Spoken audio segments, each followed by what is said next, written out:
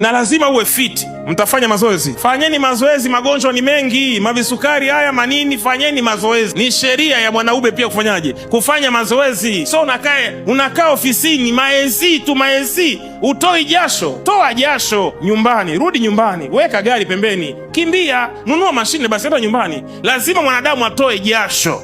Nimeeleweka vizuri? Ndio maana performance zenu zinapungua. Huwezi kurudia wewe. Ukienda kimoja tu ni chali, hiki kimoja chali, unakoroma kaa paka kimoja, huna pumzi. Sema amina. Tunaitwa wanaume suruali. Mimi nilikataa hiyo kaka. Kuna vitu vingine mimi navikwepa. Kukwepa kuitwa, unashindaje kurudia? Sara alimwita Ibrahim my lord kwa sababu ya nini? Show pia mwanamke anataka heshima, sawa, anataka pesa, lakini na hapa sawa, mkamie. Sawa. So dada yako yule, mama yenu Lilian, mimi simchekeagi, inakuwaga vita.